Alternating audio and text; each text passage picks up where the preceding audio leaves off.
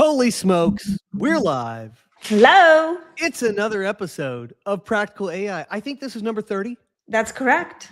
Number 30. We made this. Yes. Oh, what a milestone. 30. Has anything changed since we started this thing?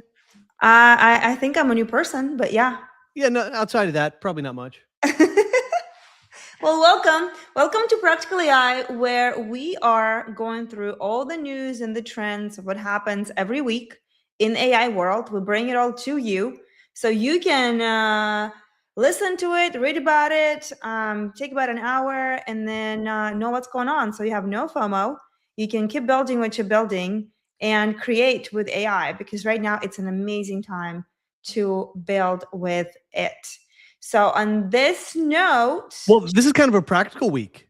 Oh, so you have two amazing workflow upgrades that kind of apply to just about everybody. Right. I'm looking forward to those. I'm going to do a little demo where I continue my all-out assault on the old ways of doing things with websites. The old web design development workflows, we're blasting those. We're blowing them up. We're coming in with new stuff that's faster, better. So good. So we got that and more on tap. This is a big news week, though. Yes. Big news week. So what was the first item that we got to talk about? So I think well, we were supposed to talk about block first. You want to talk about that first? Yeah, we got to talk about block. All right. So literally yesterday, we had actually, can I do this? Can you see me? I can see the the newsflash graphic. Okay, great. Awesome. So yesterday, big news of the week, we had Jack Dorsey drop a big bomb on X that 4,000 people out of 10,000 total in his company Block were laid off. So that is 40% of their staff gone overnight.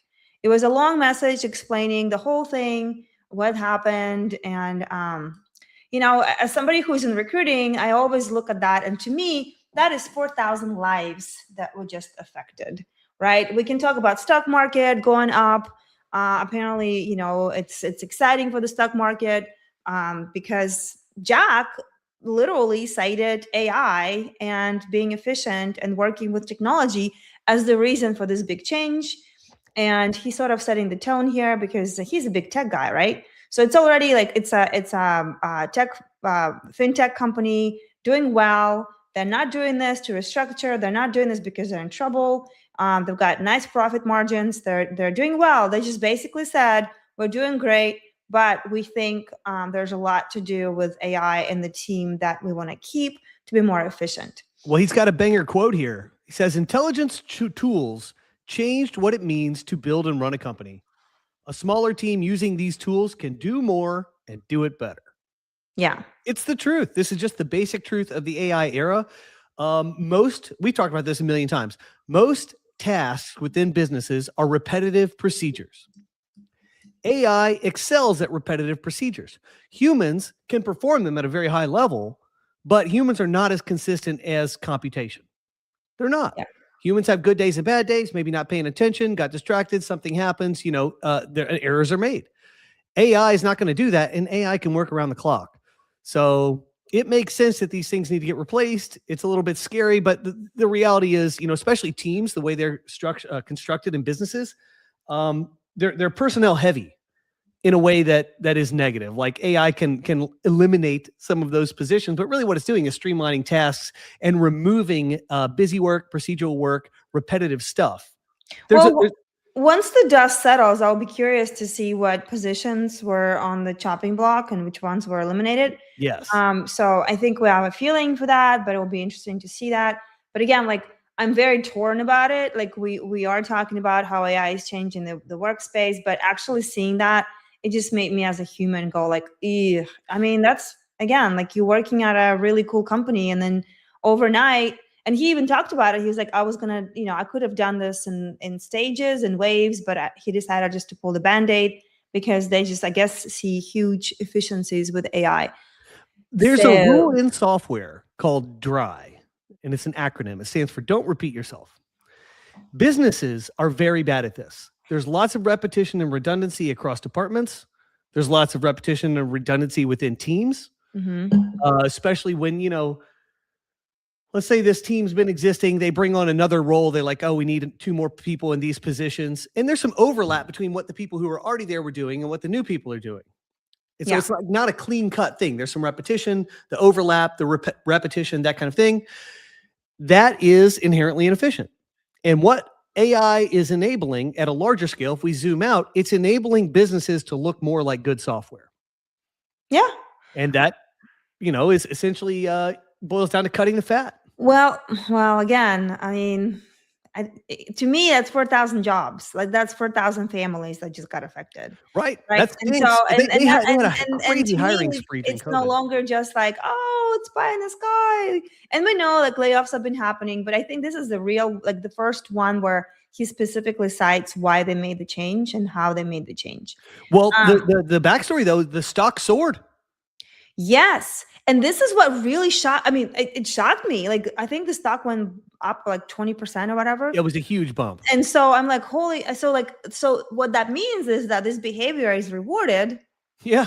So now how many more companies are going to be doing the same thing? So they kind of, I expect dominoes to fall next week. Anyway, but I think his letter was, well written. He kind of addressed the big things, the severance, all that stuff. But still, anyway. He also made one sort of ominous prediction. I don't know if it's a prediction. He says, I think most companies are late to this realization. Yeah. It's coming. We talk about this on the show a lot, and whoever is listening to us right now, it's great that you spend an hour with us every week, really keeping up with this, because this is what we're doing here. We're trying to figure out what is actually happening and what tools can you use and what can you use today to become irreplaceable and irresistible to companies. Because if you're not using AI right now, like this is the future. This is what's going to happen. It's like using computer back in whatever computers came. So you gotta do it. I'm getting a press release from the Knox hotline here. So we actually, right before the show, like 15 minutes before, Knox, who is our OpenClaw, so he's our agent assistant, he told us that we don't have this news that broke this morning. And do you want to tell what the news is? Well, OpenAI just announced that they have raised $110 billion. Billion in a massive new funding round, making it one of the largest private funding rounds in history. Amazon leads the way with $50 billion. Nvidia and SoftBank each put in $30 billion, although that SoftBank one is sort of like the kiss of death, but we'll see how that goes. And others are expected to join in that round. Pre-money valuation at $730 billion, post-money at $840 billion, according to some reports. Whatever, I don't care about all that. But obviously the train's gonna keep rolling on with OpenAI. Yeah, it comes ahead of an expected mega IPO later this year. It's gonna fuel their push for more compute power, talent, and scaling AI, including a strategic partnership with Amazon, and next-gen inference from Nvidia. It's interesting. It's finally been confirmed that remember that device that they've been working with that guy from Apple. Oh gosh. Oh yeah. The wearable tech. It's a pen. It's whatever headpiece. Whatever. Apparently, it's a little speaker that has a little camera on it. And I'm thinking, when Amazon already has a little speaker, why are they designing something else? So. Well, this one's goes on your person. Oh. You wear this. I don't know. Okay. Well, this is very interesting. You know how like on news broadcasts, when they got like a guy in the field, they got the earpiece and he's getting, signals from the but it also producers. Has a camera. Why would you put that in your ear? So it can see too. Oh my gosh. Ooh, crazy. All right. Well, listen, so OpenAI just raised the big, yay, welcome. Raised a bunch of money. So have fun with that. It didn't even include my news over here. But moving on, the big thing, Anthropic was in the news a lot this week. Okay, they are in a lot of hot water. So we'll talk about the tools update because they've been shipping like crazy. But meanwhile, check this out. So apparently, so we talked about Anthropic being part of the military operation last Friday, and how many lives? 73 or 83. 83 lives were lost because of, Claude being used in the government's military operation, yada yada. Apparently, they didn't know about the fact that Palantir, was doing that.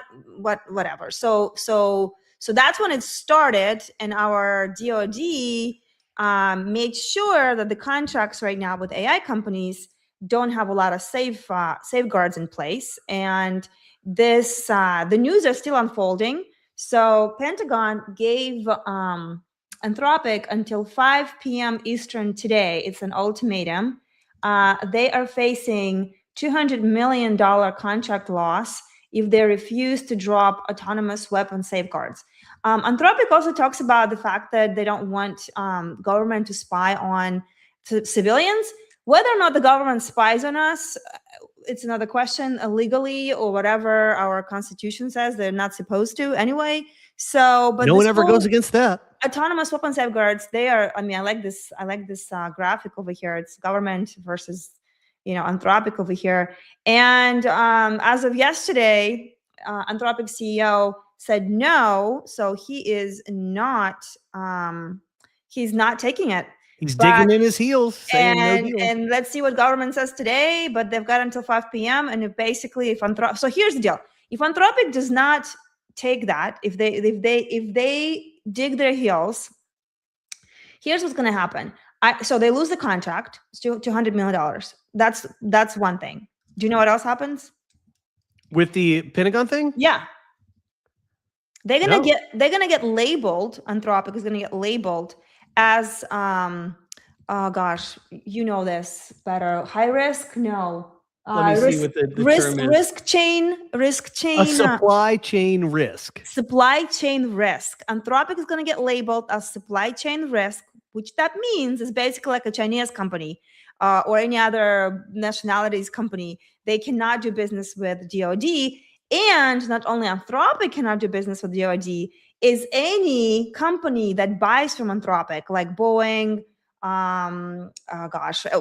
any big defender, anyone with a DoD contract, they cannot use, Claude in their. If they want to work with government, those big companies that have big contracts with the government, they will not be able to use Claude. So not only Anthropic is losing the contract with the government, they are losing potentially the relationships with other companies who are selling to the government, because now they're going to be a supply chain risk. And then the worst case scenario, which Pete, I can now pronounce his last name, from DoD, the big Hegseth, he basically said they're also going to pretty much force Anthropic to comply. And whatever that act is that government never used against the private company, or maybe they used once in the war or something. But Defense of America Act or Defense Production Act. Right. They're going to basically potentially force them to comply. To me, that says the government really likes Claude's code over anybody else, because, XAI, OpenAI, and Gemini, they're already in talks. They're already signing things. They don't seem to care as much as Anthropic does. I think only OpenAI with Codex is anywhere even ballpark, but I'm sure the engineers who've been working on this stuff are not trying to switch away from Claude. I'd be fine with that. This is it. You watch the news today, guys. 5 p.m. is when it's going to happen. I don't know if the government, I don't think the government is going to fold, and I don't know what Anthropic is going to do. So this is a big thing for them. Do they walk the walk and keep, stay true to their values of being safe, or they give in? They also quietly updated their terms of service or the conduct this week. Basically, they used to have very strict, we do not do this, we yada, yada. But now they kind of lightened the tone a little bit. So now there's a leeway contractually for them to do business with the government without sacrificing their values. So they quietly changed that, which means to me there's something going on behind the scene, that Anthropic will end up looking like a hero, even after they change the wording slightly in what they are allowing themselves to toy with. Right. Does it make And sense? XAI also threw their hat in the ring. That does make sense. XAI threw their hat in the ring and signed an all lawful purposes contract with the government with no restrictions, basically saying, hey, use our stuff to, do weapons engagements. But and don't whatever. you think Elon already has all this experience playing with the government with all of their defense stuff? That's what I was thinking. I mean, like, especially with like the SpaceX tie-in, it's like there's like a sort of quasi-governmental defense thing already there with XAI. Yeah. I feel like they're the natural landing point for this. But the reality is nobody has tools like Claude does or Anthropic at this point. And so that's a major issue at this juncture in time. In a year, it might look totally different. I assume it will. So what's your prediction? Are they going to take it or not? I think Anthropic's going to fumble this bag and XAI is going to end up holding it. But I think that means a short-term window where like China or whomever could sort of mess with the US government, possibly. Or as a hedge, like I'm sure the government's aware of this, not idiots, that as a hedge, they'll do that Defense Production Act. So they'll continue to be able to use Claude until they know they can replace it with something that is more amenable. I think magically somehow they're going to end up, agreeing to something, because again, it's very coincidental that they're changing their conduct, Anthropic's conduct internally. That was like Monday. Huh? That was like Monday or Tuesday. Yeah. So I think they're going to look like a hero, but even though they sort of kind of caved in. So we will see. I mean, does the audience really care if Anthropic was consistent to its principles throughout? And furthermore, does the audience see Anthropic as the safe AI? I don't think about that at all. Well, we're going to talk about how safe it is in a second. So hold your beer. Hold your beer. Speed run the rest of the news. Let's go. So also what happened this week, and I don't know what a coincidence that is, but on February 25th, one single hacker used Claude to breach Mexican government data. All right. So how does one person do that? Can you explain from like the engineering standpoint? Like, how do you make Claude help you break into Mexican government data and steal millions and millions of their records? And is it a coincidence? Or like, is somebody in the government or whatever trying to show that, hey, Claude is not as safe as they portray themselves to be already? I don't know. The fact that Mexico is the target is curious to me. I assume that this is probably some like CIA thing where they're hammering on others. They're using AI to hammer on other systems. So like this has been a big revelation for hackers. You can have AIs do the stuff that you used to have to direct. You could basically have an agentic approach to hacking. It's, hacking is basically about, okay, you've identified that there's 3 or 4 patterns that can be exploited. And then you go hammer on surfaces to see if you can exploit, any of those, targets using one of those, routes. And so you can deploy AI to do this. It's way more efficient. It can also hammer like an infinite number of times, sort of, you're limited by token usage. Yeah. I forget what they said. It was whoever did this spent a lot of money on compute, but they basically compromised the entire Mexican government. Well, I don't know what's going to happen with all that data, where it went to, but apparently they just said it was just one, subscription max. I don't really know what you would do. And they had gotten a warning too. So Anthropic kind of fumbled the way they handled this. But I just don't know, like what do you do with all that data? What's the point? Do you think that it's just a flex to say, hey, your stuff's not secure? Do you think they already know what that is? I mean, oh yeah, they know who it is. I mean, if it was used with one thing, like you gotta know. On another note, interesting Anthropic again in the news. So February 23rd, industrial scale distillation theft. So Chinese labs used 24,000 accounts to steal reasoning capabilities from Claude's API. Again, talking about, how did this happen? And they were pointing the fingers, and then other companies pointing fingers on Claude, that how Claude uses different things to train their models. But Chinese are in here stealing stuff from Claude. From what I heard, reasoning capabilities, so basically like how Claude actually works. So the Chinese models were using that to learn from that. But they caught it, and, a little reverse engineering there. It's under control, I guess. But so yeah, I mean, Claude just can't get a break this past 2 weeks there.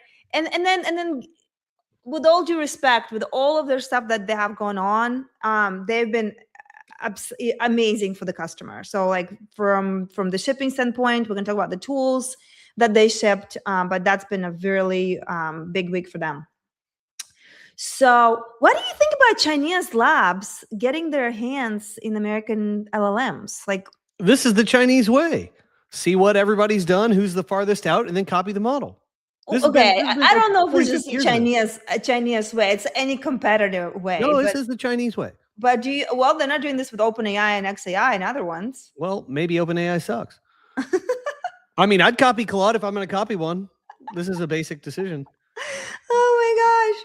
All right. Well, speaking of the breakouts and the security and Cloudflare. Gosh, that name is, I want to say Cloudflare, but it's not a fair. It's Cloudflare. There's too many clouds and Claudes and all of that, and OpenClaw.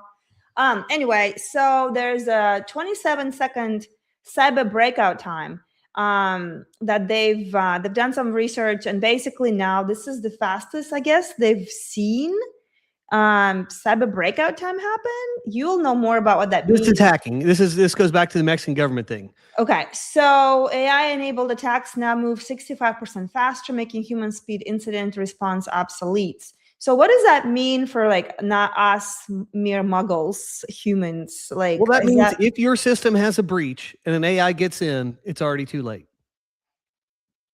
Okay. If your stuff is compromised, like if you left the door unlocked to your house and a burglar got in, you lost all your things. Oh, I'm sorry. It's not Cloudflare. It's CrowdStrike. Okay. CrowdStrike. Yeah. They did the report. One of them. They did the report. Go look at the report if you care about safety and all that stuff. But this is what happened in the news this week. Also on February 23rd, OpenAI forms, misspelling Frontier, alliances with Big Four consultants. So those are it's actually kind of a funny McKinsey. So what do you think that means? They're just basically using this big organizations, consulting organizations. I think it was McKinsey. What was the other three? Do you remember? Yeah, BCG, Accenture, and Capgemini. Okay. So they are, oh, wow. Okay. So they are using those organizations to basically like sell for them. Like if they're going to go, like if you're working with McKinsey, if you're working with any of them, they're going to be using OpenAI. And so that's a way for them, I guess, to sweeten the deal. And they probably got some sweet deal on making sure that OpenAI was used and not some other LLM. Well, those consulting firms are the pathway to the Fortune 500. Procedural backbone of the Fortune 500 company. Yep. So OpenAI is laying in bed over there with the consulting part of the deal. So moving on. So we talked about Block. We talked about, Claude Code introduces persistent remote sessions. Yeah. So talk about that, because you're the coder. So this is super cool. To me, this makes Claude Code very similar to OpenClaw, but just for development tasks, but you can actually do more than that with Claude Code. We'll talk about that in another show probably. But you can now control Claude Code remotely from your phone, tablet, or any browser. You can start a coding task on your laptop, like where you normally run it. The session will stay live, and then you could be out in the city. You can continue to interact with that session and push it along from your phone. You have full access to your local files. If you've got it connected to a Git or a Subversion repository, you've got that. You've got all your tools, skills, all that stuff.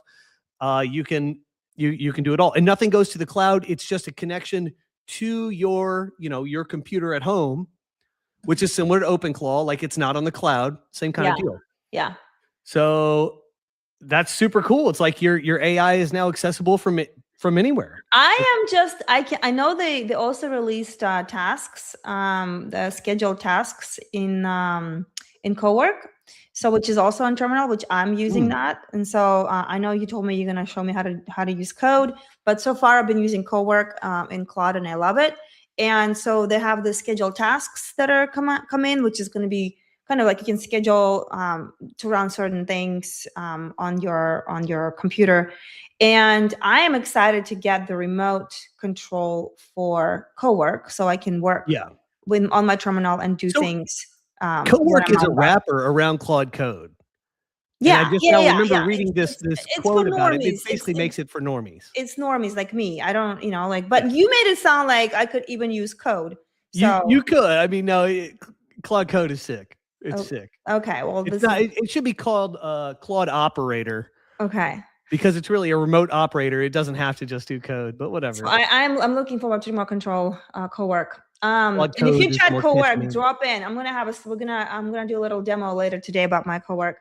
In other news, Nano Banana, Google dropped Nano Banana 2, and OMG. Let me just pull up a demo. So let me just tell you guys. I mean, Nano Banana was already amazing. I actually added Gemini's API to my Knox, my operator, my assistant. So, okay, this is just me having fun with it. Yesterday, I had lunch, and I just had this piece of paper, and I was like, I'm going to draw a stick princess with the sun and some clouds and the flowers, and the princess has whatever, the magic wand. I'm not a drawer, as you can tell. And I literally just said, turn this drawing into the real life picture. I believe that's what I said to Nano Banana. Are we ready for the big reveal? Yeah, and this is what it made.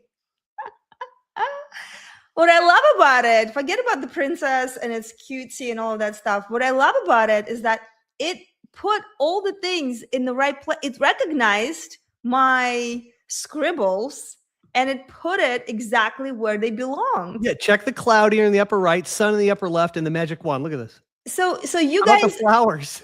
So guys, cuteness aside, think about it this way. You can have thumbnails, literally just draw a stick figure on how you want the thumbnail to look like.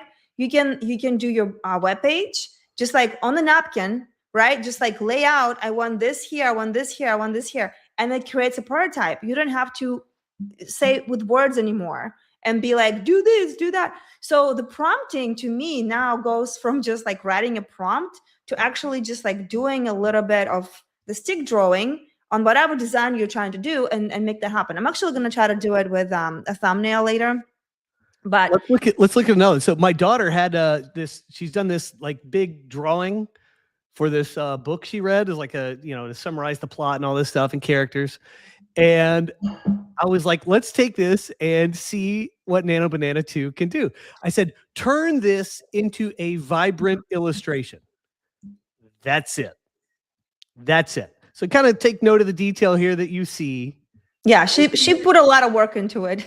Here's what Nano Banana did with this. I mean, it's insane. Like, dude. Okay, so I got to talk about the detail here because this has been the big problem with imagery up to now.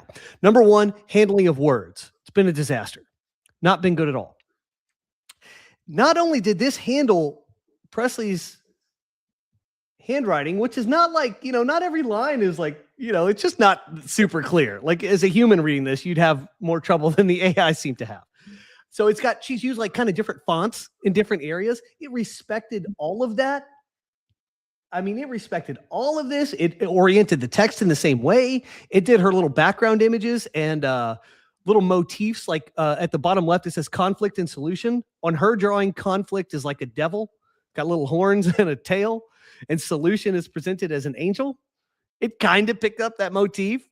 It didn't get it 100% right, but it did like the torn paper on the left. It picked up that this was set in the revolutionary period of America and gave the paper a yellowed, antiquated feel. Yeah. I mean, insane level of detail and reproduction. And it's free, right? So you just go and just do it. Again, like all your prototypes could become so easy. You no longer have to struggle, explain, go back and forth. You can just draw little stick figures.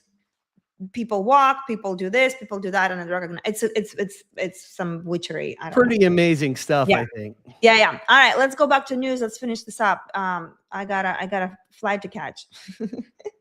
So we talked about Nano Banana. Oh, and last but not least, actually, there's two more. There's a couple more, but do they matter? So no, they matter. So what happened this week is Gemini now executes multi-step tasks like booking Ubers and ordering food on Android.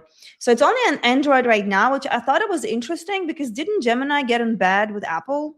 Yes. So I guess they're using Android as a testing ground before the Apple comes out with Well, calling Gemini's native to Android. expensive Ubers and ordering food from restaurants you're not supposed to. So they're doing like the bug things. So there's good and bad news. The good news now, there's more and more steps going towards agentic reality, where you no longer have to do that. Your agents do things for you. That's the good news. The bad news: who is responsible when you order too much of the food? Remember that episode, Silicon Valley, where the AI ordered a bunch of like thousands of pounds of beef or something. Oh yeah. And it's like, well, what are we supposed to do with that, right? And so like, this is what's going to happen. Like, who's going to be responsible? Because it's your agent, but you're like, but I didn't order this. So now what's going to happen? So it will be very interesting to watch how that was going to work out. But if you have an Android, I'm very curious to hear if you used it and what do you think about it, because that's kind of cool. And this is becoming more and more important about what we're going to talk about with Chris's idea that he had a video this week about no more apps. So, and then I believe we have just one last piece of news. Perplexity. Notebook LM is totally hallucinating. Leonches. Perplexity launches 19 model computer orchestrator. So basically, in human translation, what that means is, I believe it's $200 a month that they're charging for this. Yep. And it's kind of like a general contractor for all your LLMs. So for Grok, Grok is great for news. Gemini is great for pictures, yada yada. So like, it's one place where you no longer have to do what I have to do, which is like paste the same prompt against all these different LLMs to get their opinions about certain things, to make sure like I get the full picture of that. So it will be interesting to test that. I don't want to pay $200 yet, but that's just out there. It's coming. So I think some people have their workflows embedded in Perplexity, the research crowd, and I think for them this is a sensible thing that opens up the landscape for them, but keeps them in a comfortable environment. So I think it works for their customers. I don't think this is a larger thing, but I think it's going to be a trend for a while, and it's going to go away because it's not going to be necessary in the future. This like all-in-one sort of, let me get all the models. I think within a couple of years, that's going to be like viewed as a cute, antiquated thing that we don't need anymore. Yeah, no, I love it. But it's fun for now. So the big news. So to sum this up, we told you it's going to be a big week. So we will find out the safety is huge. The work effects are going to be even more huge, unfortunately. So just keep using AI and keep learning, because that's how you become irreplaceable.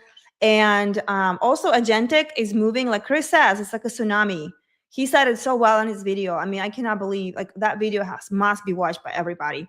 But like, it's a tsunami wave. I mean, you think it's somewhere in the distance, and then boom, it's right here on your face. So much is already moving to agentic space. And I mean, my agent Knox is like, I can't even imagine. I'm spoiled now. So I just don't want to do prompting anymore if I can just do my agent do things. And so things are moving along with that very fast, and you got to be ahead of the game on what does that mean for the web, and how do you actually ride the wave, right? Facts. So if you want to check out that video, it's the latest video on this channel right now. Okay. Shall we go ahead and talk about that first, or do you want me to do my little? No, let's do. I want this workflow. My co-work. Yeah. Start with the co-work. So okay, your girl over here is big into trying things, right? So co-work has been out for a couple of weeks, or maybe a month. I mean, they launched it, maybe January? I don't remember. And to me, I was like, well, why do I need co-work? I already have, my Claude I'm talking to. But I have this file. So I had this file that I'm using for my company, and it's like my KPIs, my financial cash flow model, and it's my rocks. So like, if you're running a business, it's like your annual goals. Okay. Most companies set the goals and kind of forget about them, and then just kind of see what happens. So for me, I was like, okay, how can I use, like, I'm so good at marketing and sales and people stuff. I absolutely do not like anything to do with boring numbers, taxes, all of that other crap. I'm like a perfect salesperson versus financial stuff, but I have to do it because I have a company. And so I did something that I'm kind of almost embarrassed to talk about, but I wanted to kind of show you my practical application of how I actually do it in the business. So I kept postponing and postponing and postponing updating the sheet because I had to go and find what my agreements were signed and this and who owes me what, and like setting reminders, and my KPIs were all over the place. Like we keep them in different sheets and nothing is like talking to each other. And I was like, you know what? I'm going to try this cowork, because here's the thing about cowork. All the files, they actually live on my machine. They don't live on Claude's cloud. So they stay on my computer, and cowork runs in my terminal, as I understand it. You probably can say more about this. And basically, like whenever I work, the file stays in my computer, but the information keeps going back and forth. But what's cool about it, cowork is like this little agent that went in and worked inside the sheet and like did it all the work. It transformed my all 3 tabs that took me, like I procrastinated forever. And all it was just the conversation. So I wanted to share that example. And then I wanted to share my personal example of how I use it to make fun, to have more fun. Because cowork has been giving me more entertainment because it's more of like talking to it and it does the work for you as I'm talking, versus me going in the sheet and trying to do the formulas and going getting this thing over there, this thing over there. And to me, it's like slow death. I don't like it. So that's what I wanted to share with you, like how I use it in my business. I call it conversational operations. So basically like operational debt, right? So it's like all the projects that on your to-do list that are not fun. And it's been on my to-do list for weeks. I had to make do it it. bigger? Huh? Can you make it bigger? Oh, yeah. Sorry. So, it's kind of like a case study in curing operational procrastination with cowork. That's what I did. So I went from operational debt to structured business dashboard. And what happened is a lot of stuff that it kind of lives in my head. It's like my head trap. So I have my small recruiting company. Numbers are all across different things. And a lot of that stuff is in my head. And QuickBooks, obviously, I use it for invoicing and all that stuff.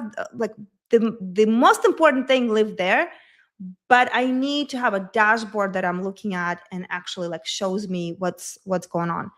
And so I know Excel, I know my business, but starting from scratch felt too tedious to begin with. And that's why I decided that I started talking to my cowork, and I told them how I charge clients. I told them what kind of bills I still need to send out. I told them when the bills are due so they can send my kind of reminders, because our bills are not like this, $100 bill kind of thing. It's nothing like that. And then I also used that data to start changing projections. I thought about showing what it actually looks like, but there's some numbers there. Obviously confidential. I don't want to share that. But Chinese LLMs could be watching. But what I wanted to show is like it looks very similar to what this kind of sheet says over here. I don't know if you can see it. Like this intelligence, it caught everything. And now I can look at it and clearly see what's going on in my business. And now anytime anything changes, like I have a conversation with my advisor, I put my transcript in there, we update my goals. And so now I have clear KPIs that conversationally I update and my dashboard updates. I have clear cash flow where I can see how my cash flow looks like with all the reminders already set up and done. So that way it's very timely that they go out and they kind of update each other. And then I have my rocks. Actually, I think I can just show my rocks maybe. Should I just show that, how that looks like? I mean, if you feel good about that, I'd love to. And the cool thing is that it works in the file. I don't even have to touch the file. And it looks very similar to what this cash flow kind of view is right here. So it has my cash flow view, it has my KPIs view, and it has my strategic rocks with very clear check marks of what I need to do. And now, where do you see that dashboard it made for you? Well, it's in my Excel sheet right now, but I was curious. Huh? It's in the sheet. Yeah. But I was curious because now when I open it, I know what to do. But now I'm curious. It makes me think if I can use code to actually do the dashboard that I can do like an HTML dashboard. It would just be sort of and maybe I can show that in the future. So it went from fuzzy to concrete, And the most surprising thing, it was fun, and it was done in a couple of hours instead of like taking me a day or two of absolute just dreading it. So procrastination, that's how I beat procrastination, because the tedious was removed from that. So that's my first example of co-work. And I'm actually, you know what, I'm just going to show my my rocks right quick. Do you think that will be interesting to see? I don't know. I don't know if people actually. I think any output from the AIs is interesting to me. Well, but what's cool about it is how this sheet is literally like so like organized. Like there's no way I could ever do. It's like having an accountant, like really expensive accountant, do this for me without me like doing anything about it. You know? So okay, it's where is it? So there's another layer to this. I believe Cowork just announced this week that they are adding scheduling, which is basically cron job ability. Yeah, that's what I was saying. Hey, go check this stuff routinely, and it can keep it updated, so you don't have to do that. Well, I mean, I'm just saying, like, I just got started, and I think that this is gonna kind of send me on. Remember how like nothing really happens in like big, kind of like big chunks, but it just kind of happens like gradually, and so let me just show you. Well, yeah, I don't want to show it. It has a lot of confidential information. Anyway, you just gotta trust me on. Got your new toy, kid. You can't see it yet, though. Okay. I mean, I just think it's. I just don't want to. I don't know. Like, no, it's fair. It's fair. There's people's names and other things, and it lives on my machine, so I don't have to worry about it going somewhere else. And that's what really sold me on having Claude kind of do that versus I guess I can show this one. Well, the bottom line is a lot of companies have documents like Google Docs and Excel things, and that's a lot of the things that are happening in the business. Claude Cowork can make that stuff into a dashboard. It can make it can give you a coherent information layer for you to look at what's happening with your business. That would take a lot of effort normally. That's something I would probably do because I'm a freak about that kind of thing. But most people aren't doing that. Yeah, I'm gonna show my rocks. This is what I just want to show what the window to do. Okay, can you see it now? Yep, there it is. So this is just kind of what it looks like. It's a very organized. I like that column that is showing the status. It's got the yellow and green and red. Right. So this is what my priorities are, that as a CEO of a company, this is what I need to do. So instead of me like going and looking for things, it's all in one place. So anyway. What do the blue bars represent, like the sections? Yeah, this is my 3 rocks. Like I have 3 most important things to do this year. And those are my 3 rocks. It's organized. Did you see how it built and organized? I didn't have to do anything. I just talked. That's all I had to do. Yep. I love it. Anyway, I'm sold. And then my other thing I wanted to quickly show. So this was business stuff. This is how I applied in business. And I'm going to share with you guys what I'm going to actually create as a dashboard for my team and all that stuff later. This is just the start. This is something, again, most people are going to look at it and probably like, oh my God, I can't believe you're procrastinating this kind of stuff. But anything that's boring to me, like I'll find a million things to not do it, including subscriptions. So now I'm going to talk about my personal practical AI implementation. So do you ever like sign up for something and they make you like pay for a month or whatever just to get access to it? And you're like, oh, I'll just cancel it later, right? Or like, I'll remember to do it. And so I have a bunch of those subscriptions that I knew I had from like back in the day. And I realized that I need to go and like actually do it. But I just kept looking at the to-do list and I'm like, I don't want to do it. I don't want to do it. I don't want to do it. Maybe I'm the only one who's like that. But eventually I was like, I'm going to use Cowork to get this done. Like I'm going to make it fun.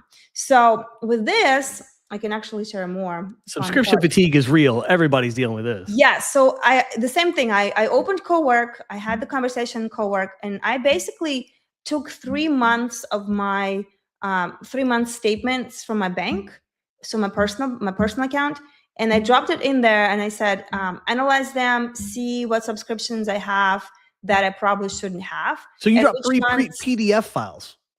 They're just PDFs, and the reason I like to do this because I know, like, again, it lives on in my folder. So it lives in my machine. Can you hit the play button on the slides? It'll make it bigger. Say it again. Hit the play button in the upper right for the slides. It'll make it bigger. Okay. Yeah. Better. Yep. So yeah, so procrastination, I had a bunch of, 3 months of history with all of my subscriptions. I dropped the file in a co-work, which is it lives in my machine, like I said. And so 3 statements, 5 month subscriptions, and tell me what to cut out and eliminate overhead. And it was crazy how diligent it was. So it started looking, and this is what, again, like if you have my kind of problem, or you just want to like see how perfect you are, just do that too, so you can feel better about yourself. Put your 3 statements in there, and then see which subscriptions you gotta keep and which ones you gotta let go. And so it didn't just list the charges; it gamified the cuts. We treated hidden fees like bugs in the code. Every cancellation that I did, it updated the running score in real time, so it made it more fun. So like I found out, like I was paying for this invitation thing that I paid to send up Max's birthday cards or birthday invitations in December. I never canceled it.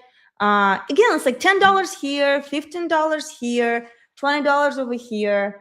And it ended up that I took off $148 a month from all my subscriptions.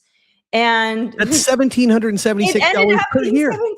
Perfect for America's 250th anniversary. For the year, I canceled 8 subscriptions in about 10 minutes. It was super fast. And it recommended the process for me that last night, like basically do this every 90 days. It also told me to look up my Apple and Amazon subscriptions, because a lot of times things are hiding in there. And this is how I used AI in my practical life, in my practical implementation. Because like now I am $1,700 richer for the year because of those little things that just keep on nagging you because you have other things to do. I just love, so the best thing about this for me, the magic, and this is one of the things I love about AI, your input was stuff that's easy for you to access and that you would never want to go through on your own. No. I go through PDFs every year to do my taxes. I hate it. Like I need to do that right now. And I'm like, I'm not going to do this. I'm going to try to do this. Yeah. That input mechanism is so simple. You have easy access to that. You can get that. So you're very confident going in. Like, I know I have this stuff. You throw it in there, and then this is the kind of result you can get. That is real world impact. That is legit. That is legit. Yeah. And for some reason, I don't know why I cannot show my, I wanted to show my Claude co-work stuff. Oh, there you go. Can you see this? It's loading. Yeah. Yeah. We're in. Okay. So this is what I used for my, this is literally the window I used to talk. So you just open co-work and you just start typing. Like I put my 3 statements in here. Review these 3 statements in the folder. Tell me what are my main categories, my expenses, subscription I need to cancel. I uploaded it and I just went. And it told me where I'm wasting my money. It told me what subscriptions I need to cancel. It just walked me through the whole thing. So I didn't have to sit with anything. This was the most magical thing for me.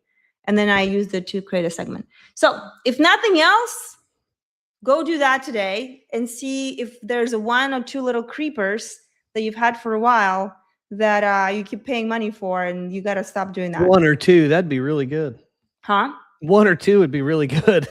I know, right? 26. I mean, hopefully not as bad as me, but like I do think you're a notorious offender. Yeah. 1776, not going to be results for everybody. You'll probably do that. I mean, again, I almost did not want to share that because it's embarrassing, but at the same time, like this is how I use it in my life. So I might as well share about how I use it in my life, because it's like, this is the practical application of AI in my life, and co-work is amazing. Doesn't get much more practical than that. That is my tip for the day, how I use it in business and personal. Now you take it away with your brilliant video of what you've done.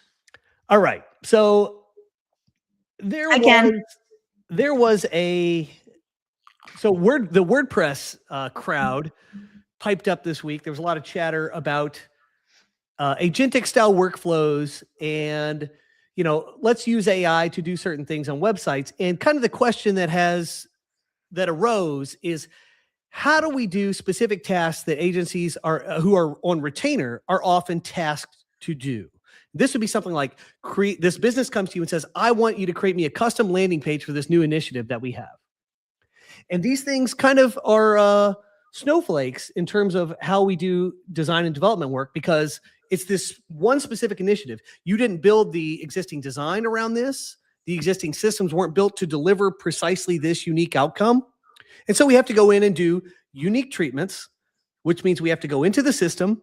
And depending on how it's set up, we're going to have to work with this. And that can be really ugly, depending on how this works. And then we have to try and implement this new thing. Not only that part of the process, you have to build this thing initially, like the prototype or whatever, like here's what it's going to be. And then you implement it onto the live website.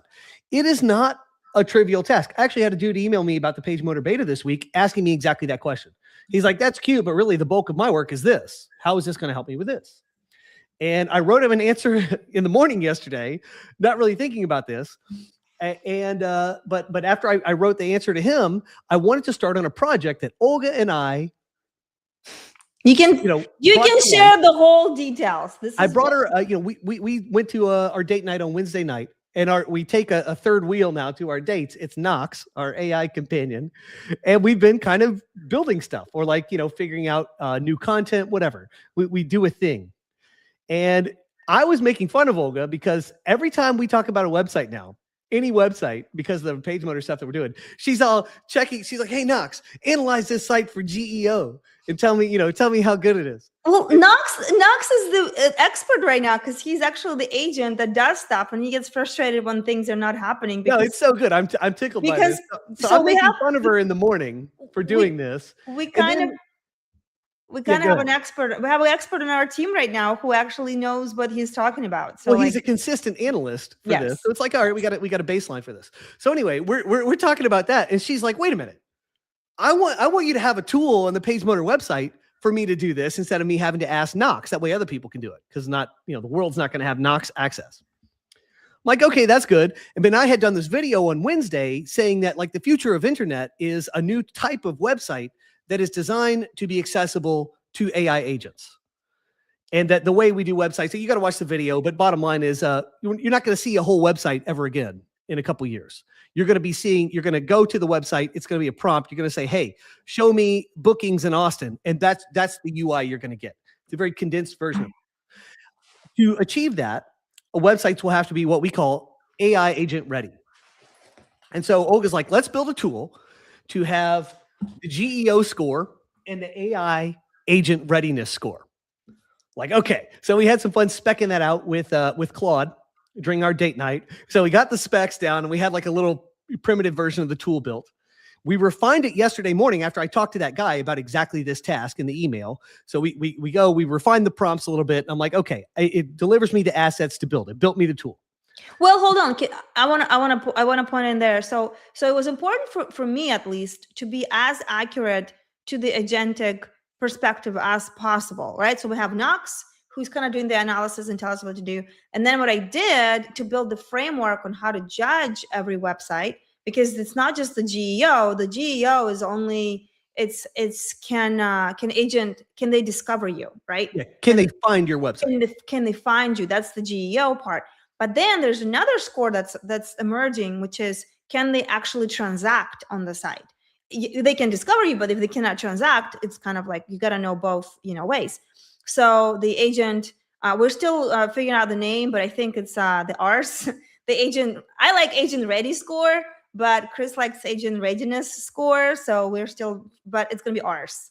I think. ARS. Yeah. Anyway, and so what I did is I actually, I went into the research with Perplexity, Grok, Gemini, and Claude, and I gave them the same prompt that ties into the framework on how to judge GEO and agent ready score, because we want to because it's still emerging. So I wanted to get as much data as possible from the experts themselves, which is the LLMs. And then they told us, and we kind of put it all in one big block, big thing. And then based on that, I send it to you. And then what happened? So I refined this thing in the prompt, and Claude built me the tool. So now I'm the guy I was just talking to on email. I've got to build this custom landing page on the PageMotor website so people can use this tool. Okay. And Claude has given me HTML. So I'm gonna share this just to magic, guys, kind of happening show in how this real works. life. So Claude does this thing. It gives me this AI readiness tool. So we'll see what it pulls up. So it builds this tool after a lot of back and forth, and here it is. And it's got PHP code to kind of serve the page. It's got HTML and CSS obviously to style it and make it presentable. Then it's got JavaScript to actually like handle the response and do the thing. Okay, and there's also PHP code that does the thing. So it built that just in a vacuum. Like if you were going to drop these files onto a server, they would presumably work. The problem with that is, as developers, we don't want to be dropping little snowflakes on our sites. Then you have all this little idiosyncratic crap, these warts that you have to carry along forever. It's like if you go to, if you're running PageMotor and you go to some URL, PageMotor is running that URL. But if you just drop this tool onto the server in a new folder, then just that folder would be running and it wouldn't actually be PageMotor. It wouldn't technically be part of your website. It would exist at the domain, but it wouldn't technically be part of your website. You wouldn't have the same control over it. It's just really unsavory. Like this is not the way to do things. Not the best way if we can do that. Would be much better if we could have this integrated in PageMotor, or like if you're working with WordPress, if you could have it embedded in WordPress and like fully integrated in all the systems, so it's editable, so it's easy to find stuff, so it fits into existing workflows. That part of the job is hard. That part sucks. And so I was like, I knew this was going to take a lot of work. Olga was like, I hope we get this ready for the show Friday. I'm like, that's not going to happen. Yeah, he's like, maybe next Friday. Yeah, because I've done this kind of thing. This takes days, and there's a lot of tweaking, a lot of details. I'm like, but come on, this is so fun. So instead of doing the work, because I was going to procrastinate too much, I don't want the pressure. I don't want to not deliver. I had already started building a tool for PageMotor to a skill to create plugins for the AI for Claude Code to create plugins. And I was making it really comprehensive, and I was doing documentation to complete the skill. The documentation's significant. So I used Claude Code to complete the documentation. I had to do 3 new documents, and it was a ton of stuff, thousands of lines of documentation. And I completed that skill after like 2.5 hours of work yesterday morning. And I got to go pick up my daughter at 2:25 p.m. Right now it's 1:38 p.m. And I'm like, all right, let's try this new skill I just built. Maybe I'll build this thing. So my idea was that I was going to turn this artifact that Claude created into a plugin for PageMotor. And if it were a plugin for PageMotor, it would all fit seamlessly into that environment. It would be totally integrated. It would be the right way to do it, if this were possible. So I went into Claude Code, did one pretty big prompt. I know exactly where all the pieces got to go. So like, I know how it all works. So it's easier for me to do a master prompt here that's going to work. So I was like, let's one-shot this thing. Here's the tools. I dropped the code from Claude. So it gave me the HTML and the PHP. I put them both in there and said, here's the code, but it's going to have to be rearranged in a certain way to work as a PageMotor plugin. It needs to be this kind of plugin so I can stick it in templates. It needs to have, this and this and this, and go. Make me a plugin. It took 19 minutes and 38 seconds of computation. And then boom, it gives me the plugin. All right. I'm like, okay, so far so good. I upload it to my PageMotor website. And lo and behold, I'm able to activate it. No errors. It actually works. Like, holy crap, gang. What is happening? This looks like this is maybe going to work. So I'm going to pull up the admin here just so we can kind of play along with the process. So I'm in the PageMotor admin. I'm in the plugins. I've activated this AI Readiness Score thing. All I had to do to integrate this, I had to go into the theme, and I needed to create a new template for the AI Readiness Score because I've got a landing page, a new page. And I copied an existing template, the page template, because it's like a normal page, but I've got instead of normal page content, I want the AI Readiness Score to be in there. This is a block. So I go to this content AI Readiness Score block. All it is the normal HTML for the center part of the page, which is everything that happens between the navigation bar, the header, and the footer. Everything that fits in the middle there is called content. So I have my normal content, and the only thing inside that content is the AI Readiness Score plugin. I created an instance of it, stuck it in there. Now it's in that template. Okay. I go over here. I create an AI Readiness Score page. I give it a URL slug and a title. I gave it some meta description because that's cool. I didn't have any content in here. I selected that custom template. So now when you go to that page, that custom template's going to render, and whatever that plugin outputs is going to output. And by God, it output this. Worked on the first freaking try. So can you, for us more humans watching this, like in simple terms, you created a prototype in Claude. Yep. And because there is a PageMotor that's a native to AI, you were able to successfully, in the record time, turn a prototype into something that lives in your website you can manage, and it's live. Not only did I pull this off on the website in record time, it's totally integrated into the PageMotor system. The way you interact with this, the way you work with it, it's got a connection to email, and you can connect to the Kit API. And now when people sign up to the email form, it'll go on my email list. Like that's all integrated and done. Like, it is a crazy amount of integration. Let's show how it works. So, but this would take days or even longer than days if you had to just do this like in a WordPress environment. God help you if you had to do that. Like it would not be like this. And the AI built the plugin. The plugin is all like the way the PageMotor plugin system works. It's got ways to integrate with every aspect of the system. So it's a super organized way to deliver these assets to a live website. And then you get something like this. So let's do what's a website we should check? I don't know. You decide. Let's check your business website, revenuehire.com. Oh, great. So there it is. Look how fast it is. It's a super fast tool. It does the GEO checks for the GEO score. And then it does the agent readiness score. It's got an animation, so it feels like something's happening. The numbers count up. It's a cool thing. Like the way this is pulled off is so good. It tells you what you're missing, what could improve your score. It, got the email opt-in here because obviously this is a lead gen tool. You can download a car. I haven't done that. It's got this cool little graphic, this little custom SVG it created to show you that, you've got this, but you've got a lot of capture down here that's below the surface. We like the iceberg metaphor. Yeah. And then, it's got a call to action for the PageMotor beta, so you can crush this kind of thing.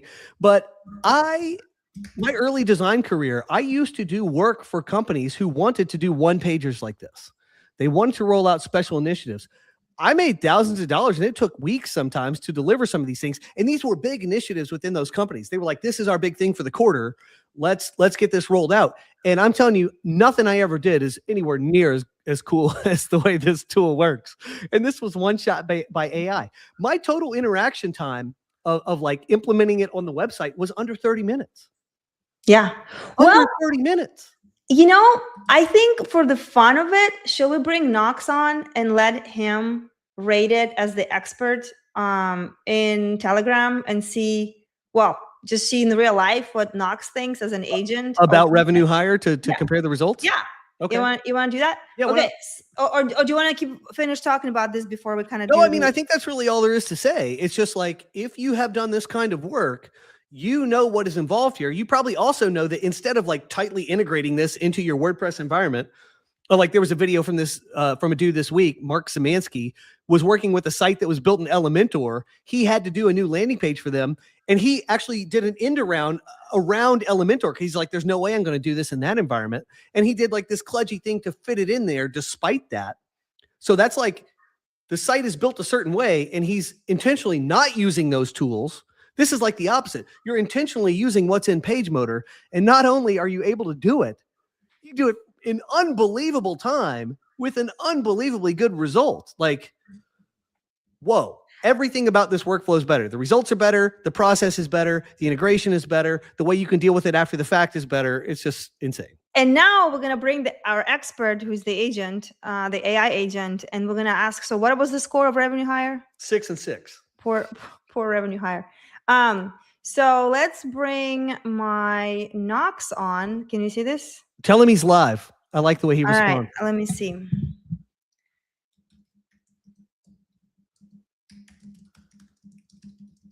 The last time he realized he was on the show, he got all giddy.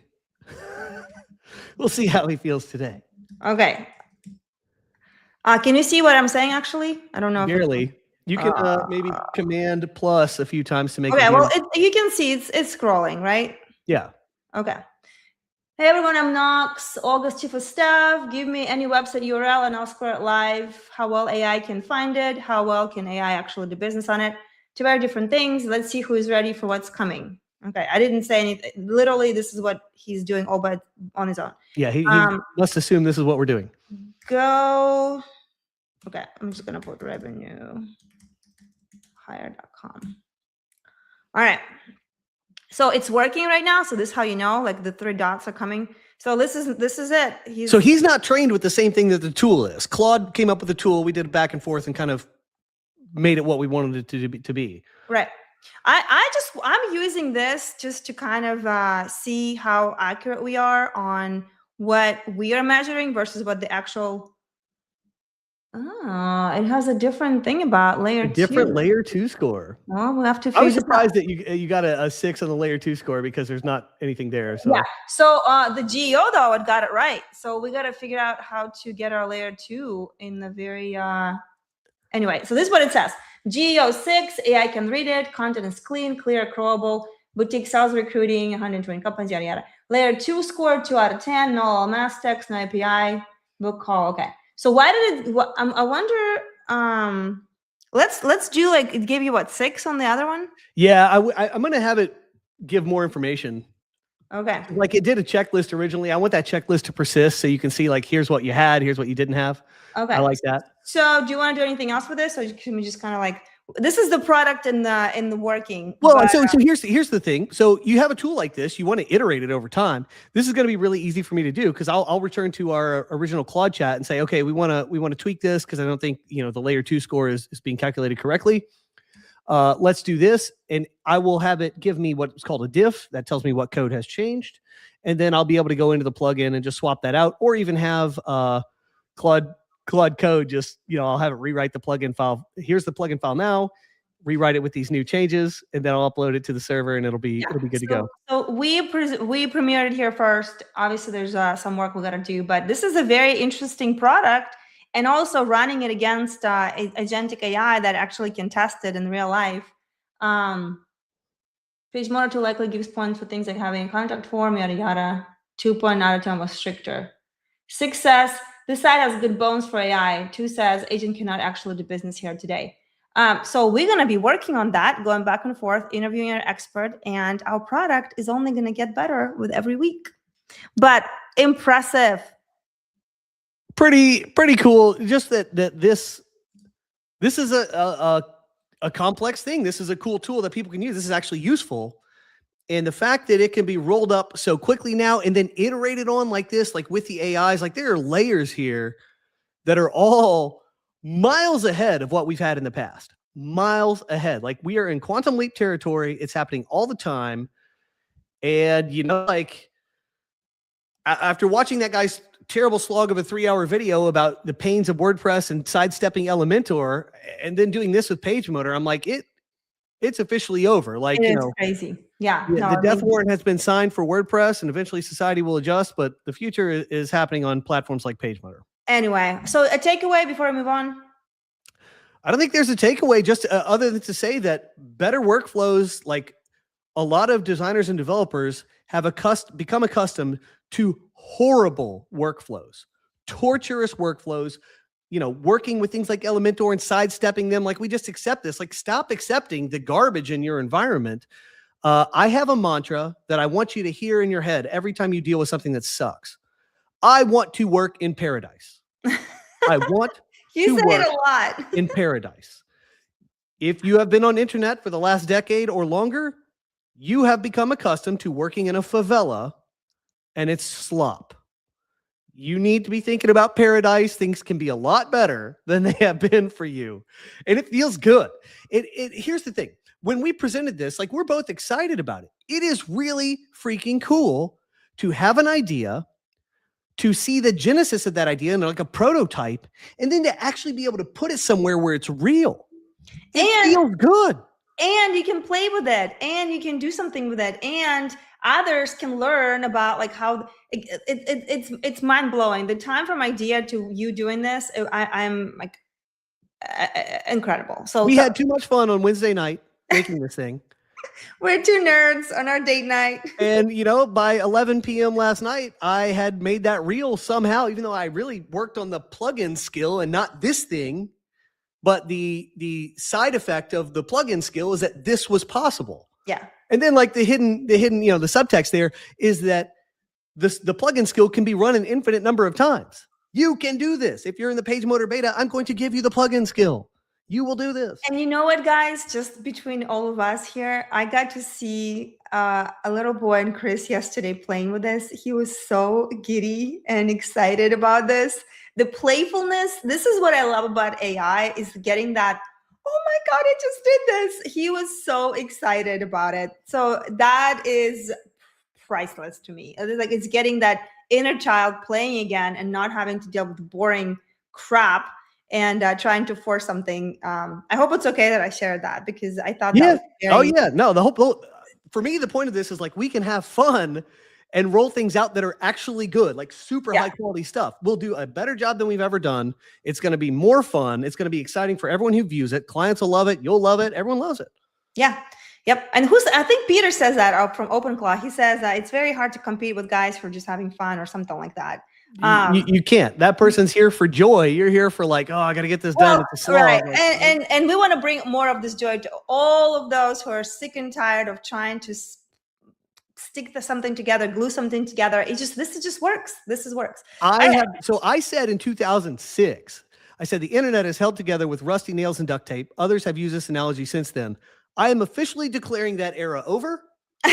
Rusty nails and duct tape are done. We're done with that. It took a long time. We were in this ratchety old house forever. Yeah. That era is over. We are in the, just like an incredible house that robots have built where everything is like perfectly, everything's wedged together just right. All the joins are perfect. All the dimensions are perfect. It just feels right. Let our creativity shine. Okay, so if you're not in beta, definitely check it out and join. It's currently open. Would love to have you on board. PageMotor.com/beta. Here's what the page looks like. If it looks like this, you're in the right place. Yeah, exactly. I love it. And here's our Ken, who, Hi, Ken. Thanks for an amazing testimonial. So let's talk about funding right quick, and we'll wrap this up. Oh yeah, I almost forgot to have funding. I gotta get out of here. Okay, so this week is week number 13. We're tracking funding, so we can see the trends. You can see this week it was just under 5 million. Talking about billion. It's 5 billion. Good Lord. Total AI funding says 113. No, that's for 13 weeks. Oh, 13 weeks. $5 billion. This is a weekly thing, so you can see how we're tracking. Like we had a couple of outliers, and now we're kind of back to the baseline is about between 5 and it's basically under 10. And then percentage of funding. Can you scroll up? Scroll down. 57.4%. So we can see the percentage of funding overall. This is week 13 that we've been tracking this. You can see that this is the total of funding in the world, okay? So on the average, we're just over 50% of all the funding every week in the world goes to AI, okay? It's not going anywhere anytime soon. And so you can see what other companies are raising money and compared to, how does AI companies compare to that? Now let's go to this week. So you can see the trend. I like the trends because the trends show us the picture. And then this week's funding is, I increased the font. Hopefully this is bigger. Claude cooks on these. We are, for this week, there were total in the world, 175 companies funded. 73 of them were AI companies.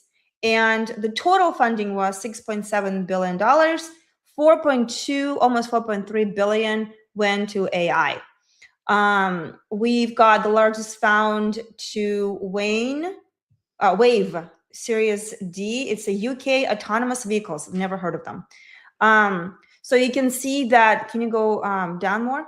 I want to see you. Yeah, United States and Europe almost tied this week. Europe just was behind United States. That's nice to see some movement going on. This autonomous driving wave thing in UK obviously put Europe on the map. So they've got that, going for them. China is, has about 5 companies in there, which is, great for them. Can you scroll up? Well, not down, but up. Yeah. So you can see funding by stage, early stage, late stage, kind of venture. So OpenAI is not in this because it literally just happened this morning. Bye. Thanks for joining us. It literally happened this morning, so it will be on the next week's funding, and it's going to be a huge wave. It's going to probably skew the report like crazy. But who are the top 5 companies that raised the money this week? Chris, take it away. All right, we got Wave. We already mentioned it. Autonomous driving, autonomous vehicles. It's clearly going to take over everywhere. You think any place has got super bad traffic? Think about like Jakarta, Indonesia. Crazy traffic. It's going to be all autonomous there. Eventually, it's like that's the only way to keep order in a chaotic environment. Well, they partnered up with Jaguar as well, which is what Waymo did, right? Isn't Waymo Jaguar car? Oh, Jaguar. Yes, I believe the Waymo vehicles are Jaguars. Yeah. So that was interesting. Jaguar. So they had a famously failed marketing campaign that they pushed out, and I want to say 24 or 25, and their stock tanked. Their total sales, I've seen these reports about total vehicle sales across like North America, and it was a disaster. I mean, it was like, barely double digits, like 13 vehicles sold for a month, like horrible, like deathbed kind of figures. So them getting in bed with some of these autonomous things seems like a very good way to secure a future for that company. So smart move by them. Yep. If consumer stuff's not working, do this. Keep going. Then we got MatX, custom AI chips designed for running LLMs. Plenty of that's happening. I'm surprised that I feel like since September, we've seen a total drop-off of mention of edge AI computing, and everything's just back to regular chips and the software that helps the chips do LLM stuff better. We've seen a lot of that. We haven't seen any edge for months. Something to watch, because I think edge is definitely inevitable, but it's not getting the money right now. NIO Genetech, Chinese EV maker. It's a spinoff. Intelligent driving chips and related technologies. China's huge on this. No surprises there. Spirit AI, a universal brain for real-world robots, general purpose AI system that can control different types of physical robots without task-specific programming. You can think of this like a PageMotor for robots. There's a basic framework that's going to apply to any robot that's working in a physical setting. So you give them like the framework tools, and then for specific adaptations, you program it to do these, idiosyncratic things that you need. But the basics, the fundamentals are the same. So this type of venture also makes a lot of sense. You want to see framework layers emerging in the age of AI. It's essential everywhere. And so to have this happening in robotics, it's the first time I've seen it. Makes all the sense. And then we have Accelera AI, developing specialized hardware for running computer vision and generative AI at the edge. Cameras, robots, and devices that need AI but can't rely on cloud connections. So AI that see things. I'm sure there's plenty of capture there as well. So what are the trends telling us this week? So we've got autonomous moment. So Europe has this moment with autonomous, cars. China continues this robotics spree. I mean, they are on a mission. AI chip scramble continues. Interesting. And AI agents go vertical. So Bases raised 100 million for AI accounting agents. Slang raised 28 million for restaurant phone agents. Broccoli for trades customer service. So AI agent thesis has moved from horizontal platforms to vertical solutions. AI that can handle entire workflow in specific industries, not just answer general questions. Expect the pattern to intensify.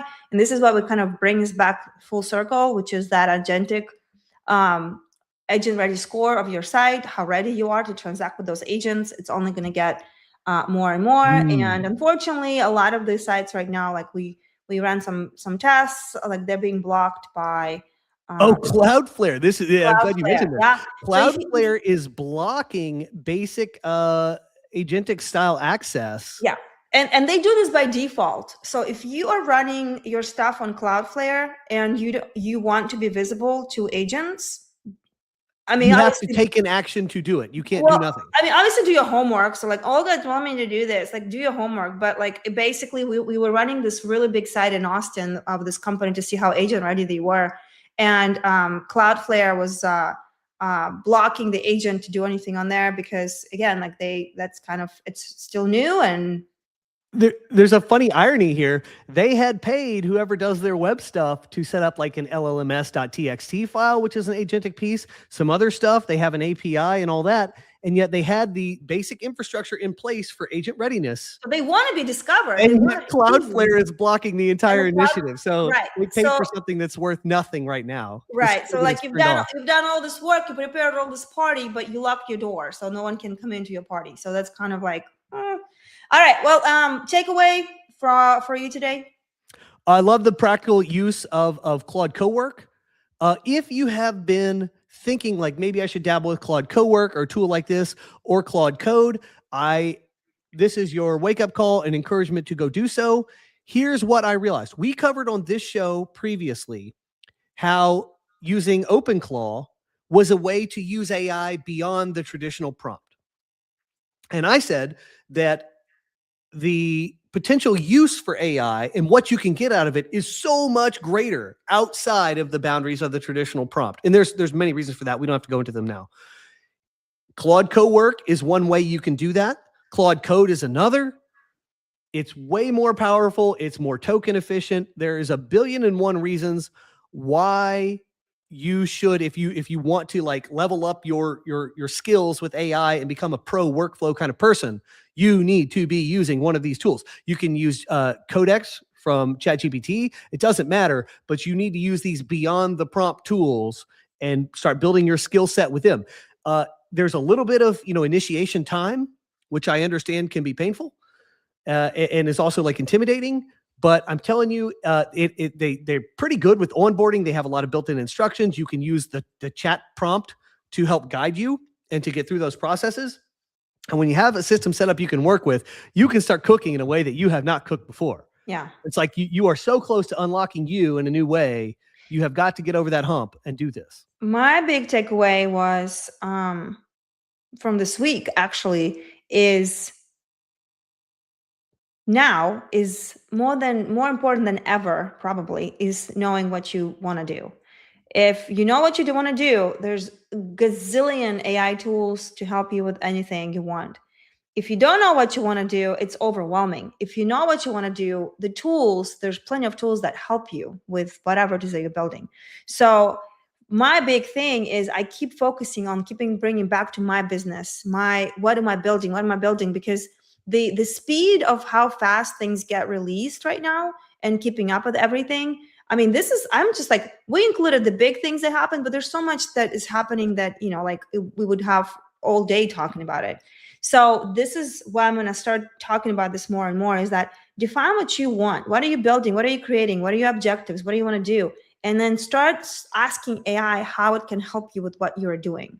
Because otherwise you're going to be in this FOMO, afraid, kind of like dark, what's happening, the doom and gloom kind of environment. So like I'm bringing this more to you, to me. And if I didn't know what we were doing right now, I would feel very overwhelmed and afraid. So pick a workflow, make it a game. Pick a workflow and see how you can, gain progress on that workflow with AI. Yeah. Co-work, what can you do? Guys, co-work is incredible for work. And they just like released like a bunch of plugins for enterprise and all that, like Slack, and you can connect to all kinds of things to it now. And again, but it only matters what you want, like what do you want to do? And then go and start asking, pick any AI and start asking how it can help you with that. And then it will guide you to the tools. It will guide you to whatever things are working. So that way you can build what works for you, not what everyone else is talking about. This is the latest. This is the latest. This is the latest. This is the latest. I'm kind of like limiting my time now, listening to people saying like, what's the latest? I'm locking into what I'm creating and using all these new tools to create what I want to create. Otherwise, the FOMO is for real. So. Yep. And don't judge like co-work. I dismissed it initially because it talks about like, organizing documents on your computer. I'm like, I don't do that. That's you see, like people who said that, they clearly for me, they didn't get it. The finance was like my big thing. And I was like, oh, this is how it can help me, because I asked it how it can help me. So like that's the point. Like organizing files, like I don't care about that. Like, Yeah, the bottom line, like it can read a PDF. Right. Well, think about the PDFs in your life. What can you achieve with that? I know, right? Anyway, well, thanks for being with us. This was fun as always. Appreciate you, and we will see you next Friday with more news in practical AI. Thanks for being here. We'll see you later. Thank you. Gang. Bye. Take it easy.